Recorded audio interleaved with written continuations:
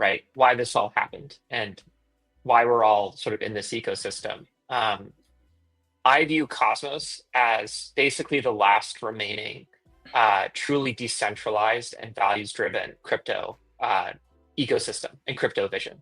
And that's what's inspired Barry and I to be here for so many years, and why we've sort of given our lives and our careers to be here and to really try to grow Cosmos and make sure that it stands. And, going back a couple months ago, we and the entire Foundation Council and the ICF basically decided that by joining forces, we can make Cosmos greater than it ever has been.